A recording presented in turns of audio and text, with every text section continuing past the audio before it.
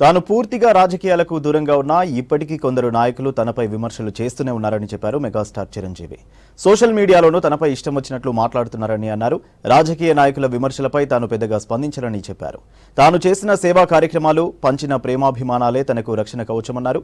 ఈ విషయంలో తాను మాట్లాడక్కర్లేదని, తాను చేసిన మంచే మాట్లాడుతుందన్నారు చిరంజీవి.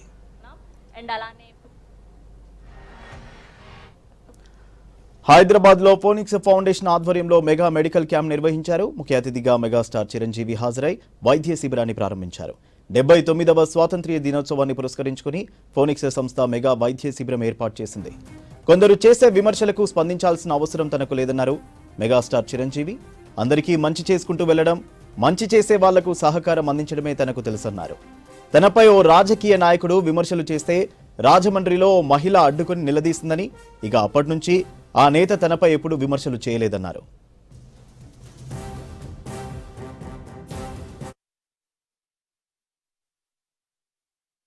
ఈ రోజున బ్లడ్ ఇవ్వటం అన్నది కేవలం వాళ్ళకి ఎనలేని సంతృప్తి వస్తుంది, కానీ ఆ బ్లడ్ మూలంగా ఒక ప్రాణం కాపాడబడుతుంది. ఇది నేను ఎప్పటి నుంచో ఎన్నో ఏళ్లబట్టిగా నేను అనుభవిస్తున్నటువంటి గొప్ప ఫీలింగ్ ఇది నాకు.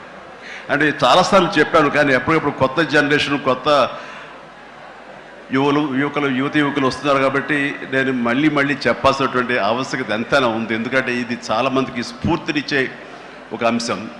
ఈ చెప్పబోయే ఈ విషయం ముఖ్యంగా ఒక జర్నలిస్టు సోదరుడికి నేను ఆజన్మాంతరం రుణపడి ఉంటాను. నన్ను థాట్ ప్రవోక్ చేసి నన్ను ఇన్స్పైర్ చేసినటువంటి ఆ ఒక మ్యాగజైన్ సంబంధించిన ఒక జర్నలిస్ట్ రాసిన ఒక రైటప్ నాలో ఈ స్పృహ నాకు వచ్చేలాగా, నేను ఈ బ్లడ్ డొనేషన్ వైపు డ్రైవ్ అయ్యేలాగా ఆ ఆర్టికల్ నాకు ఎంతో దోహదపడింది. సో ఆ రాసిన మనిషి ఎవరో ఏమిటో నేను మళ్ళీ ఎప్పుడు కలవలేదు, కానీ ప్రతిసారి అతను తలుచుకుంటూనే ఉంటాను. ఈ సందర్భం కూడా అతనికి నా హృదయపూర్వక ధన్యవాదాలు తెలియజేస్తాను ఆ జర్నలిస్ట్ సోదరుడికి. ఇక్కడ సరే ఎన్నెన్నో ఇన్సిడెంట్స్ వింటుంటాము, ఎన్నెన్నో ఇది ఆఖరి నిమిషంలో ప్రాణాలు ఎలా కాపాడబడ్డాయని వింటుంటాం. కానీ ఈ మధ్య నాకు పొలిటీషియన్ నన్ను అకారణంగా, నేను ఇప్పుడు పాలిటిక్స్ చాలా దూరంగా ఉన్నా సరే నా గురించి ఏదో అవాకులు చవాకులు ఆయన పేలినప్పుడు ఆయన మరొక చోటకి ఏదో ఒక ముంపు ప్రాంతానికి ఆయన వెళ్ళటం జరిగింది. అక్కడ ఒక స్త్రీ, ఒక ప్రౌఢ ఆవిడ అది మిడిల్ ఏజ్ ఉంటుందేమో, మిడిల్ ఏజ్ ఆవిడ తను పట్టుకుని నానా మాటలు తిడుతుంటే, నీకు ఎలా మనసు వచ్చింది చిరంజీవిని అనడానికి, అది అని తిడుతుంటే నాకు అనిపించింది మామూలుగా మన మాస్ ఫ్యాన్ కదా ఆవిడ, చాలా గౌరవప్రదమైన కుటుంబంలో ఉన్నటువంటి మనిషిలాగా అనిపించింది గృహిణి. ఆవిడ ఎందుకు అంత ఇదిగా మాట్లాడుతుంది, ఆవిడెవరు, ఆవిడ చూస్తుంటే మామూలుగా సినిమా ఫ్యాన్ లాగానో చిరంజీవికి వీరాభిమానంగానో కాదు, ఇంకేదో ఉందంటూ నాకు అనిపించి ఆవిడ గురించి తెలుసుకోవాలని మన జర్నలిస్ట్ సోదరు ఎవరినో పంపించి తెలుసుకోవాలంటే వాళ్ళు చేసినటువంటి ఇంటర్వ్యూలో విజువల్స్ నాకు చూపించారు.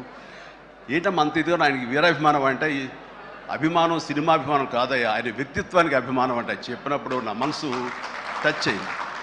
ఏంటమ్మా అంత ఇదిగా, ఏంటమ్మా ఆయన మీకు ఏమైనా సహాయం చేశాడు, ఏం చేస్తాడంటే సహాయం చేయటువంటి అయ్యా, నా బిడ్డ ప్రాణాలను కాపాడాడు అని అన్నప్పుడు, ఏ విధంగా ఏంటి అని అన్నప్పుడు, నా బిడ్డకి రాజమండ్రిలో దగ్గర ఒక పల్లెటూరుది, రాజమండ్రిలో కానీ కాకినాడలో కానీ నా బిడ్డకి ప్లేట్లెట్స్, డెంగ్యూ వచ్చేసి ప్లేట్లెట్స్ బాగా డౌన్ అయినప్పుడు వెంటనే రాజమండ్రి పరిసర ప్రాంతాల్లో ఉన్న అభిమానులు, ఆ బ్లడ్ గ్రూప్ ఎవరికైతే ఉందో అభిమానుల్ని వెంటనే పంపించేయడం ఏంటి, అవర్స్లో వాళ్ళు హాస్పిటల్కి, నీరెస్ట్ హాస్పిటల్కి వెళ్ళి బ్లడ్ ఇవ్వటం ఏంటి, దాని నుంచి ప్లేట్లెట్స్ వేరు చేయటువంటి, ఆ బిడ్డకి ఎక్కించడం ఏంటి, తెల్లారిసరికి ఆ బిడ్డ మళ్ళీ తిరిగి ఎంతో ప్రాణాలతో బతికాడు. ఇది ఈడనయ్యేవాడు.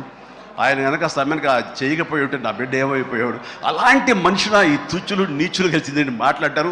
వాడిని నాకు సరిపోలేదు, దగ్గరికి వెళ్ళి ఏమి చేసేదాన్ని అని చెప్పేసి అప్పుడు అంటుంటే చాలామంది అంటారు, ఎవరిని మిమ్మల్ని ఇలా అటాక్ చేస్తుంటారు సోషల్ మీడియాలో మాట్లాడుతుంటారు, మీరేం మాట్లాడరు ఏంటని. నాకు నేను చేసినటువంటి మంచి కార్యక్రమాలు, నేను పొందినటువంటి ప్రేమ, అభిమానం, ఇదే నాకు రక్షణ కవచం. నేను మాట్లాడక్కర్లా, నేను చేసుకున్న మంచి మాట్లాడుతున్నట్టు నేను అలాగే అంటుంటాను. ఇది సత్యం.